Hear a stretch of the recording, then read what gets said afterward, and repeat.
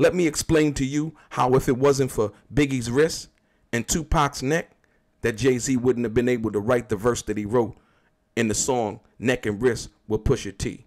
Check this out. Yeah. Blackjack. Life is like a game of cards.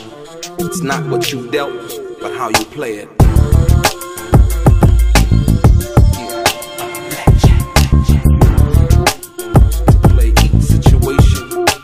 Correctly. I remember they used to laugh at a brother.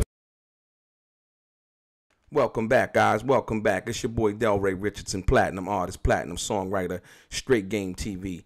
Thank you for tuning in. Hit the thumbs up button. Subscribe to the channel. Tell a friend. But more importantly, like I always say, if you're new to the channel and you want to be one of the first people notified when I drop some of this straight game, do me a favor and hit the bell notification. I'm going to get right into this one. I had a friend of mine from Baltimore hit me up, and he asked me, he said, DELRAY, did you hear the new song with Jay-Z and Pusha T, Neck and Wrist? And I said, yeah. He said, what did you think about him saying that, people saying about if Biggie wouldn't have died, that Jay-Z wouldn't have been as successful? Jay-Z makes reference to that in his verse on that song. And he said, he asked me, what do I think about that? And I had to be honest with him. I said, I agree with Jay-Z. And most people will be like, what? You know, because like I said, if you weren't around back then or understand what it is, then you wouldn't understand where I'm coming from. But I'm going to give you some game right now. Check this out. I think they give Jay-Z the easy way out when they say that, right? Because from me, in my perspective, you can't say anything about in reference to Biggie, you know, passing away and Jay-Z not being a success if Biggie wouldn't have passed away without mentioning 2Pac's name. He said, well, what do you mean? It was the relationship that Biggie had with 2Pac that was the catalyst to give Jay-Z the success and to become the household name that he is today. Facts. And I'm going to break it down for you so that you understand how everything is interwoven to lead up to what happened and how it happened in reference to Jay-Z becoming the household name, as well as everybody that 2Pac had mentioned during that time, right? And just the neck and wrist, the wrist of Biggie and the neck of 2Pac. Listen to this. So check it out. So we know about 2Pac and Biggie's relationship, right? I'm going to go back to Bowie State when I first met 2Pac, and I met Biggie that same night. Didn't know who he was. He wasn't on the radar or nothing like that. He had party and bullshit, but, you know, nobody was really checking for that from that perspective. 2Pac was on the roll, you know what I mean? Keep your head up and all of those things. They were out, and like I said, he tore the house down. He was the headliner and let Biggie come on stage and rap, right? Okay, so we in 93. Now, everything's good. It's all good. Relationship's cool. Now, the relationship for those two is already together. I don't know if Biggie and Jay-Z had a relationship as of yet, right? But what I do know is 2Pac and Biggie had a relationship. So now, we understand where the disenchantment came in. The Quad Studio thing happens. You know, 2Pac, he's doing movies now. Juice is already out and so on and so forth. So he's blazing, doing his thing. Biggie has yet to really get his feet wet. Boom. The shooting happens. 2Pac's going to court for the criminal case in New York. 2Pac gets sentenced to prison after being shot in the whole 9 yards. Okay. 2Pac's in jail, feeling how he felt about it. That's where the disenchantment comes in, because he's thinking that Biggie had something to do with it, knew something about it, whatever he was feeling at that time. And so Biggie, you know, they got their thing going on, right?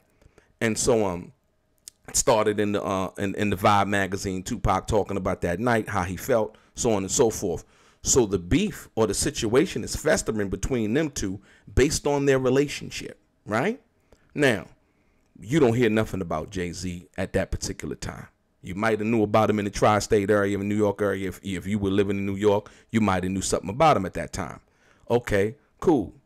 Biggie, while 2Pac's in jail, Biggie comes out, One More Chance is blazing on the radio, doing well, you know, people receiving him and so on and so forth. And then he drops Who Shot You? So he drops that album. You know, most people say, well, that wasn't related to Pac and so on and so forth. I disagree based on the incendiary lyrics and how it could be construed that, yo, he was talking about Tupac in some indirect way at that particular time. I think bad judgment at best, right? If he said he wasn't, or they say he wasn't talking about Tupac, I think they knew that would strike up some kind of controversy, or just get people thinking and talking and so on and so forth based on what Tupac was saying and so on and so forth. So now, here you go. Tupac gets out of jail, right? Now, based on the relationship between Tupac and Biggie, right? I tell the world, I come out with the story because I was there, right? About the night that Tupac and Faith met each other. Now, Tupac and Faith's relationship doesn't mean as much if Faith's not connected to Biggie based on the relationship that Biggie and Tupac had.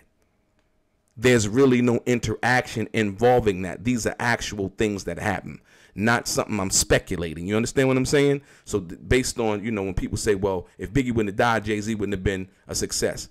That's speculative. What I just told you about Tupac and Faith meeting at the Hollywood Athletic Club, that's an actual fact, right? And based on Biggie's and Tupac's relationship. Boom, right? Now, I told y'all that same night, the word got back to Biggie, right? Based on what? Tupac and Biggie's relationship. Be it they weren't on the best of terms at that particular time. Okay, cool. Fast forward, right? Now, Tupac goes on the show with Luke, and he talks about having faith on his record. Luke had like a little show or whatever, and he talks about having faith on his record. More so, the truth and fact that it got back to Biggie. Okay, cool. So there's another thing boiling based on that relationship. Let's fast forward. Tupac drops All Eyes on Me. We know what that did. Went straight to the moon. Okay, cool. Feelings of being, you know, Tupac drops a few jewels in there, you know, hinting about, you know, niggas shot me, you know, they 5 times, you know, took in his smile, didn't die, and all of that. And one of the first record he put out, Ambitions as a Rider, right? So he drops that. So you kind of hearing, because if you know what's really going on, you listening. Now, here comes Jay-Z, right, with Reasonable Doubt, right?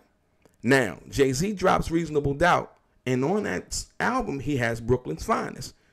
Number 1, Tupac's neck, meaning sticking his neck out for Biggie, letting him, when I met Biggie and them, open up shows for him, you know, looking out for him. We come to know what Tupac talked about later on in his last interview and how he used to look out for Biggie and so on and so forth. But I witnessed it with my own eyes before I knew what that was all about. I seen that, and then Tupac talked about it later.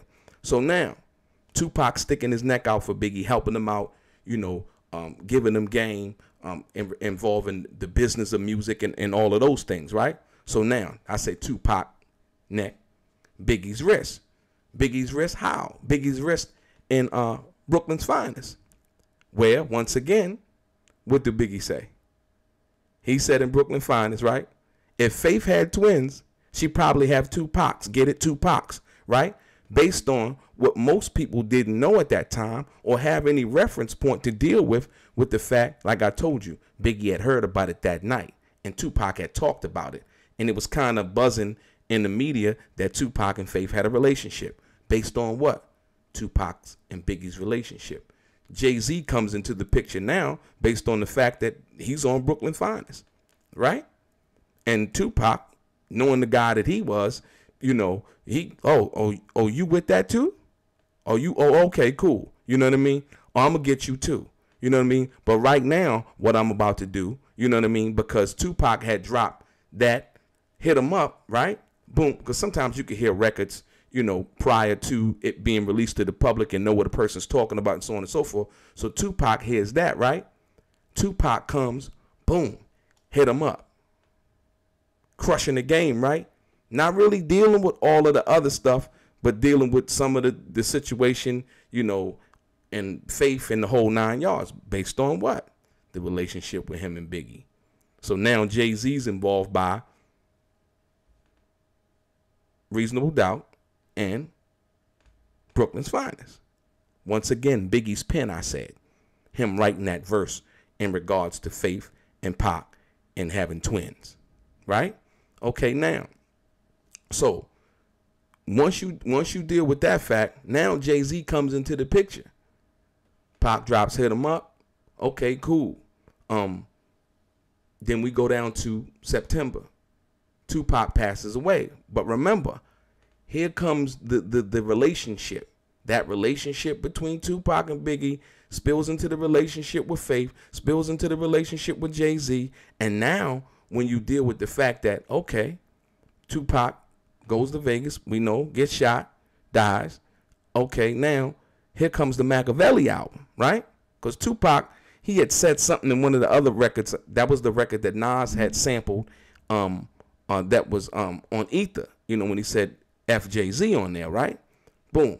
But now, Tupac, Machiavelli album comes, and in that skit in the beginning, he mentioned Jay-Z, Mobb Deep, Biggie, right? You even have Razkaz thinking, because of the record that he did with Chino XL, in which Chino XL made disrespectful references to Tupac. You know, Razkaz thought that Tupac was going to diss him and was waiting on it, because I think Razkaz's career would have been different if Tupac had dissed him, right? But Machiavelli skit on the beginning of the album, he mentioned Jay-Z. Now, Jay-Z's not known to a whole lot of people. Like I said, his record, Reasonable Doubt, only did 44,000 units in the first week. You know, and is moving slow as of 2002. It took from 96 to 2002 to sell 1 million records. Let's be clear, right? So for the people that want to make that argument, if you weren't around back then, you wouldn't really know how I'm breaking this down to you. So now, boom, bam. Machiavelli, we know, after Pac dies, that record is just, solid. It's, you know what I mean? One of the greatest hip hop records of all time, if you will. Incendiary, all of the things that, people could ever expect from him, or some of it you wouldn't expect to hear. Now, okay, we go next year, right? We go into March 9th, Biggie gets killed, right? People are not knowing that Jay-Z had did Love the Dough with Biggie. Double album. Tupac's album, All Eyes on Me, first double hip-hop album, Diamond the Whole Nine. Biggie comes, and his album comes out, boom. Double album, Jay-Z's on Love the Dough, and the record goes through the roof, right? There you have it. So most people don't understand that what could lead up to now, Jay-Z even making the reference, but people make the wrong. You can't say that if Biggie wouldn't have died, Jay-Z wouldn't have been. Wrong thing. It was Tupac's or Biggie's relationship with Tupac that was the catalyst that made Jay-Z a household name. It was through those relationships. Even for Faith Evans, the same thing. When you deal with the reality of what that was, that relationship with her and Tupac came about because of Tupac's relationship with Biggie. And so, there you have it, neck and wrist. If it wasn't for Tupac's neck and Biggie's wrist, you wouldn't hear Jay-Z, or Jay-Z wouldn't have been able to rap what he actually rapped on that song with Pusha T. Your boy DELRAY, straight gang.